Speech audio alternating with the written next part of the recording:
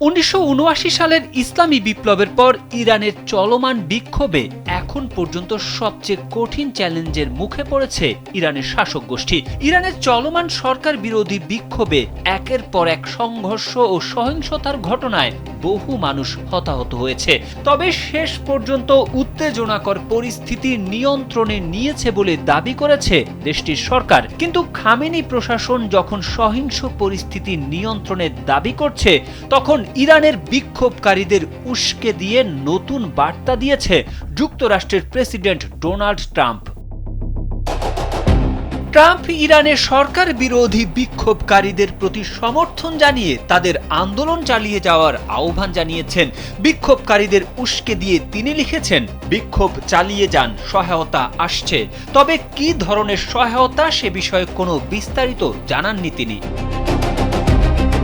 মঙ্গলবার ট্রুথ সোশ্যালে দেওয়া এক পোস্টে ট্রাম্প লিখেছেন, ইরানি দেশপ্রেমিকরা বিক্ষোভ চালিয়ে যান, নিজেদের প্রতিষ্ঠানগুলোর নিয়ন্ত্রণ নিন, খুনিদের ও নির্যাতনকারীদের নাম সংরক্ষণ করুন, তারা বড় মূল্য দেবে। বিক্ষোভকারীদের নির্বিচার হত্যাকাণ্ড বন্ধ না হওয়া পর্যন্ত আমি ইরানি কর্মকর্তাদের সঙ্গে সব বৈঠক বাতিল করেছি। সহায়তা আসছে, মিক প্রেসিডেন্ট ডোনাল্ড জে ট্রাম্প। ট্রাম্পের সহায়তা আসছে মন্তব্যের অর্থ কি তা স্পষ্ট নয়। তবে বিশ্লেষকদের মতে এই বক্তব্য তেহরান ও ওয়াশিংটনের মধ্যকার আগে থেকেই উত্তপ্ত সম্পর্ককে আরও তীব্র করতে পারে। এর আগে ট্রাম্প বলেছিলেন, ইরানের বিষয়ে যুক্তরাষ্ট্রের সামরিক বাহিনী খুব শক্তিশালী বিকল্প বিবেচনা করছে, যা ইরানি কর্মকর্তাদের কড়া প্রতিক্রিয়া ডেকে আনে।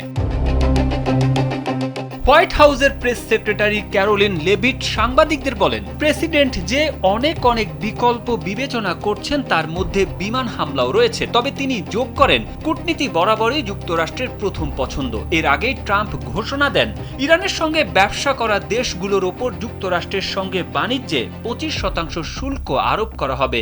এক বিবৃতিতে তিনি বলেন, এই মুহূর্ত থেকে কার্যকরভাবে ইসলামিক রিপাবলিক অব ইরানের সঙ্গে ব্যবসা করা যে কোনো দেশ যুক্তরাষ্ট্রের সঙ্গে করা সব ধরনের ব্যবসার উপর 25% শুল্ক দেবে।